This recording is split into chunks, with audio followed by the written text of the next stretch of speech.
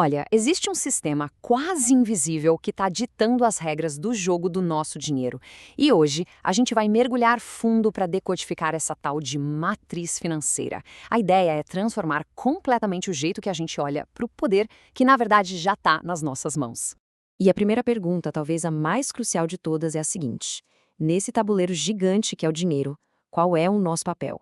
Será que a gente é o jogador, sabe, aquele que move as peças, que toma as decisões? Ou será que a gente é mais como um NPC, um personagem de videogame que só segue um roteiro que já veio pronto, um roteiro que a gente não escreveu? Então, para escapar dessa matriz, o primeiro passo é admitir que a gente está dentro dela, né? E é por aí que a gente começa. Vamos tentar entender qual é a real natureza do dinheiro, mas não do jeito que contaram pra gente, e sim como ele funciona de verdade nos bastidores. Vamos começar por aqui, que é fundamental. Pensa comigo, dinheiro não é só papel. Não é um número na tela do celular, é energia, é tempo, é a nossa própria vida convertida em algo que dá para guardar. Cada centavo que a gente gasta é um pedacinho do nosso passado que não volta mais. Entender isso, nossa, isso muda o jogo completamente. E é aqui que o caminho se divide em dois. De um lado, você tem a mentalidade do NPC. Sabe como é? Seguiu o script, trabalha, consome, se aposenta, o dinheiro serve para quê? Para gastar. Agora, do outro lado, está a mentalidade do protagonista. Esse aqui escreve a própria história. E para ele, o dinheiro é uma ferramenta. Uma ferramenta para construir o quê? Liberdade. A escolha entre um e outro é o que vai definir todo o resto. Pensa na nossa mente como se fosse o software de um computador. Se o programa está rodando com código antigo, com bug, a gente precisa reprogramar. Porque o sucesso financeiro de verdade, ele não começa lá fora, na bolsa de valores. Ele começa aqui dentro, ó, na cabeça. São as nossas crenças sobre o dinheiro que acabam criando a realidade que a gente vive. E esse é basicamente o nosso sistema operacional interno. De um lado, a gente tem a mentalidade da escassez. É o medo de perder, sabe? O foco é não deixar escapar o que já se tem. Do outro, a mentalidade da abundância. O foco aqui é outro, é em criar oportunidades, em fazer crescer, em multiplicar. Uma mentalidade joga na defesa, só para proteger.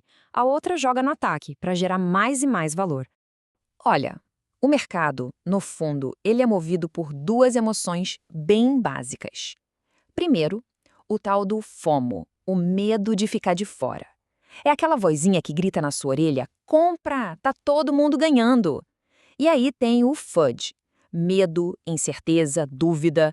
É o pânico, aquele sussurro que fala: vende tudo, vai dar ruim. O grande lance do profissional é aprender a botar um fone de ouvido e ignorar essas vozes. É agir com a cabeça, com lógica e não com o coração na boca. Beleza? Mentalidade ajustada? Então agora é hora de aprender o idioma. Porque para jogar esse jogo em alto nível, não tem jeito, a gente precisa falar a língua do mercado. E esse aqui, esse conceito talvez seja o mais importante de todos. É muito simples, presta atenção. Ativo é tudo aquilo que bota dinheiro no bolso. Ponto. E passivo é tudo que tira dinheiro do bolso. Simples assim. Um apartamento que se aluga para alguém? Ativo. Aquele carro financiado? Passivo. Construir riqueza, no fim das contas, é só isso. Acumular mais do primeiro e se livrar do segundo. Agora, vamos falar de alavancagem. Pensa nela como um superpoder, sério. É a habilidade de controlar uma grana alta usando só um pouquinho da sua. O resultado? Você multiplica seus ganhos. Mas, todo superpoder tem um risco, né? É uma faca de dois gumes. Do mesmo jeito que ela multiplica os ganhos, ela multiplica as perdas, e feio. Então é algo que exige muito, mas muito cuidado e estudo. E para fechar essa parte, a armadura. A armadura de qualquer operador, o stop loss. Essa é a ferramenta de defesa mais crucial que existe. Porque o jogo, no longo prazo, não é sobre o quanto se consegue ganhar numa única jogada. É sobre sobreviver para poder jogar amanhã e depois de amanhã. O stop loss é isso. É a sua saída de emergência, que você planeja antes mesmo de um incêndio começar. Ok. Mente reprogramada?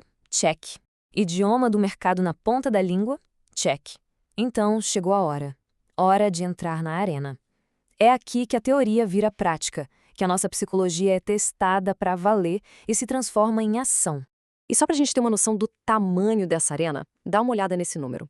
6 trilhões de dólares. Isso é o que o mercado de câmbio negocia em um único dia. É um oceano de dinheiro, um lugar onde fortunas gigantescas são construídas e destruídas literalmente na velocidade da luz. E para atuar nesse campo de batalha, existem basicamente duas estratégias. A primeira é a da fortaleza. Sabe? Construir tijolo por tijolo um portfólio de longo prazo, bem sólido, bem seguro. A segunda é ser a ponta da lança, entrar em negociações de alta velocidade com uma precisão quase cirúrgica. Uma é o seu escudo, a sua defesa. A outra é a sua espada, o seu ataque.